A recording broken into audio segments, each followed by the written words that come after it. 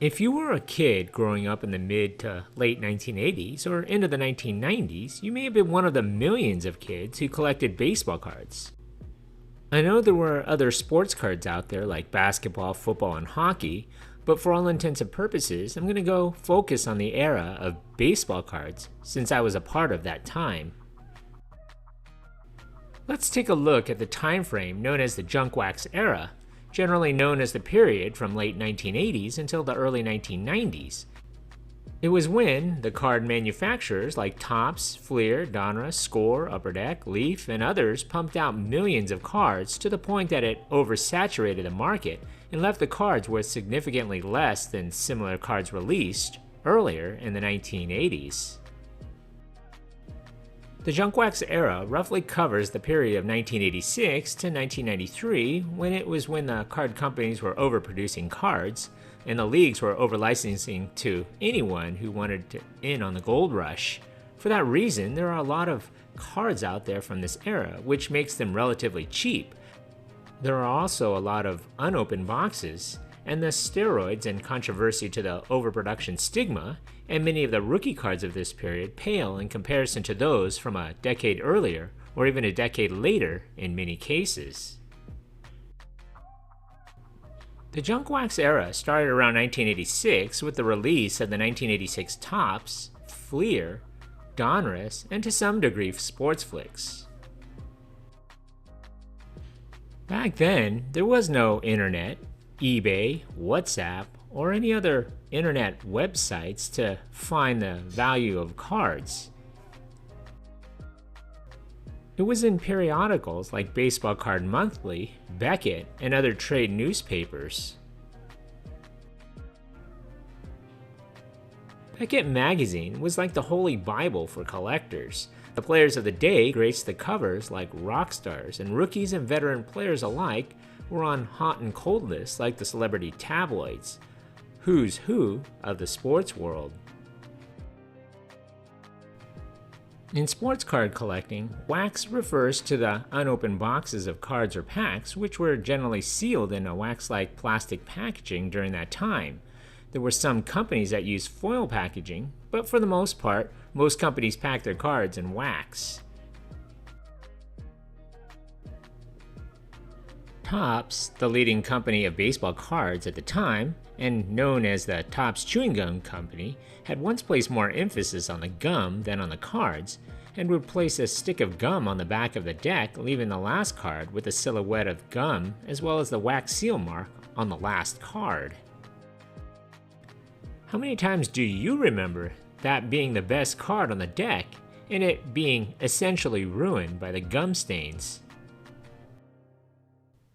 A few publications reported that card companies overproduced their products and began tailoring them more to the investment class rather than the hobby class, and when the cards were produced for those in the hobby, they were often low quality, low frill, and frankly flat out boring. According to one estimate, companies produced 81 billion cards per year in the late 1980s and early 1990s. That shakes out to about 300 cards per person living in the United States. Cards were everywhere. Collectors from this era often hoarded these boxes and refused to open them, with the idea being that they would naturally increase in value over time, with the most valuable cards being those which were unopened. Lessons learned from when the older collectors of that time had collected in the 1950s and 1960s and their parents had thrown away their cards, finding out that as they got older that those cards were worth a lot of money. The junk wax era was also the heyday for those local neighborhood card shops. Although you could buy your baseball cards or sports cards at places like drugstores, gas stations, grocery stores, and even convenience stores, the places that stick out most in my mind were those baseball card stores. It seemed like every city and town had one. Where I grew up in Orange County, I could name 4 of them in my hometown. It was always a bike ride there, or if you complained enough, you could get your mom or dad to take you down there. And more often or not, I would blow my whole allowance there. Back then, most cards were not graded or slabbed as they are called now. Cards were arranged neatly in large display cases in plastic sleeves called card savers, or if they were really valuable, in a plastic slab that were screwed down in place, essentially smashing and squashing that card.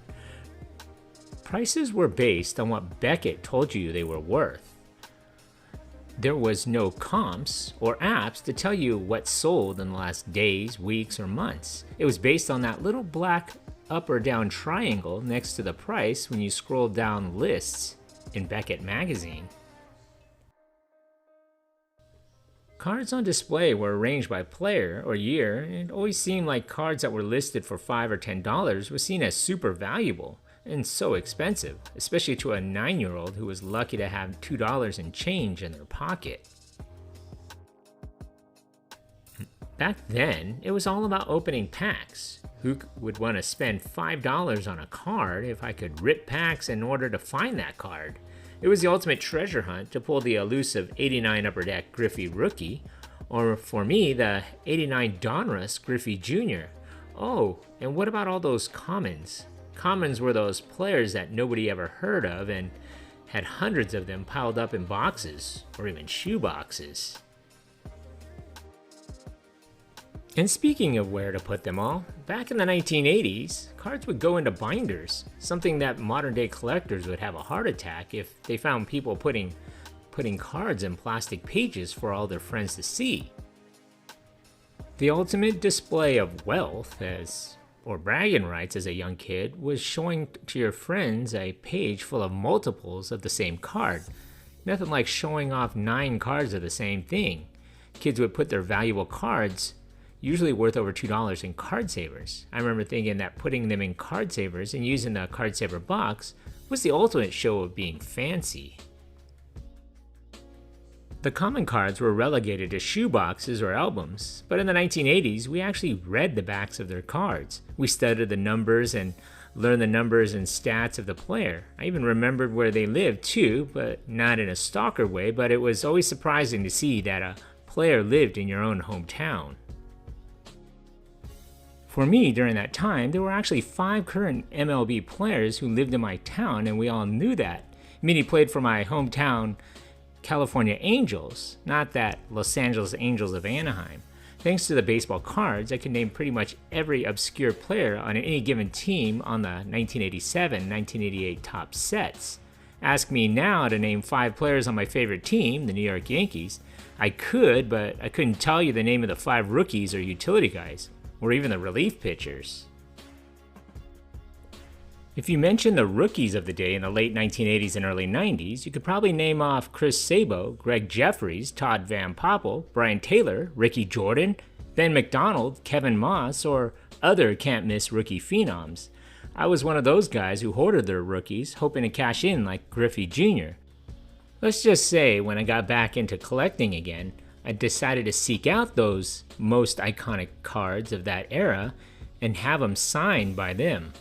The ultimate nerd fest. In the 1980s and early 1990s, collectors actually didn't meet or chat with each other online. They met at card shows or maybe even card shops. Card shows were big and were advertised in trade magazines or in the sports sections of the newspaper. Major league players would sign autographs for free and often appeared at sporting goods stores, malls, or even store grand openings.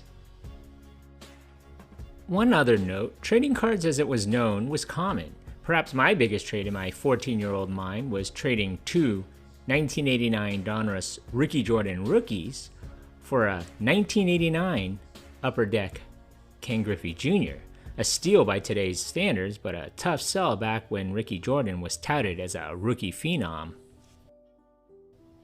The 1989 Upper Deck set was hailed as a symbol of the junk wax era and started the trend of high-quality pictures, better cardstock, chase cards, and brought more kids into the hobby. The iconic Ken Griffey Jr.'s card number 1, which is now one of the most graded cards around, was produced in the millions and sent collectors scrambling to open packs to find this card. The kid's rookie card was a signal for change. It was the debut set from the card manufacturer Upper Deck, who shook up the collecting card world with improved glossy cardstock, inserts worth chasing, counterfeit-defying holograms, and foil wrappers instead of wax. My favorite set back then was either the 1987 Topps baseball card set with the wood grain borders. It was the first cards that I had ever collected when I started, or it was the 1989 Donruss with the 1980 style colors. I opened a ton of packs. The junk wax era ended at the same time many collectors my age had grown out of it. For me, I stopped collecting in 1992. Life happened. Pretty soon it was girls, cars, sports, and of course college. And then it was marriage, and then kids. Like many others in my generation, my cards were put in storage, left in the garage, or left at my parents' house in their closet. The junk wax era came to an end in 1993, about a year after I had quit collecting. By now, there was a clear perception that production had run amok, which led to the cooling off of the hobby. Throw in the dawn of the steroid era in the mid-1990s and the baseball lockout in 1994, and the sport as a whole took a serious hit around this time as well. The 10,000 card shops that sprung up during the junk wax era shrank to roughly 1,000. Today, we're in an era where rookie cards are king. There are super rare cards, relics, base cards, inserts, parallels, autographs, rookie versions of cards, one of ones, one of tens, and so on. Cards are slab, and those cards are now imprisoned in their little plastic cases, designated with a number whose value is based on whether it is a 10, or its value diminished substantially if it is an 8 or a 9.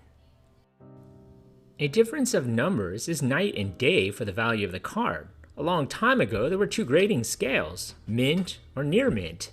Now, cards are put through scanners to evaluate whether they're perfectly centered and other factors that is almost based on science.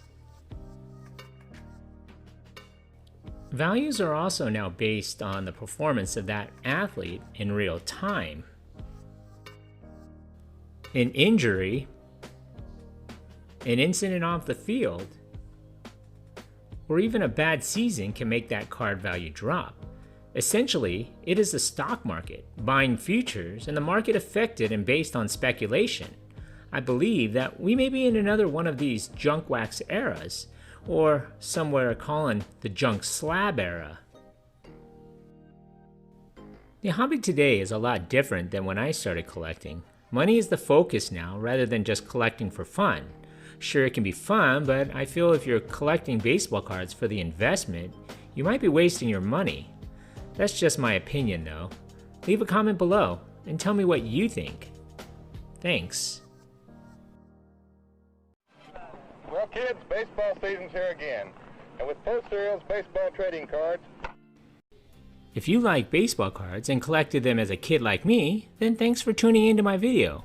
If you'd like to see more history videos or have some memories about this iconic brand, leave a comment below. And don't forget to subscribe to my channel. If you like history, then you should check out my other channels, Eric C. Production, where I'm bringing back memories from the good old days.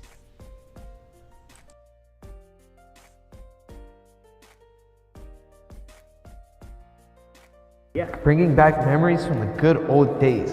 That's super cool, man.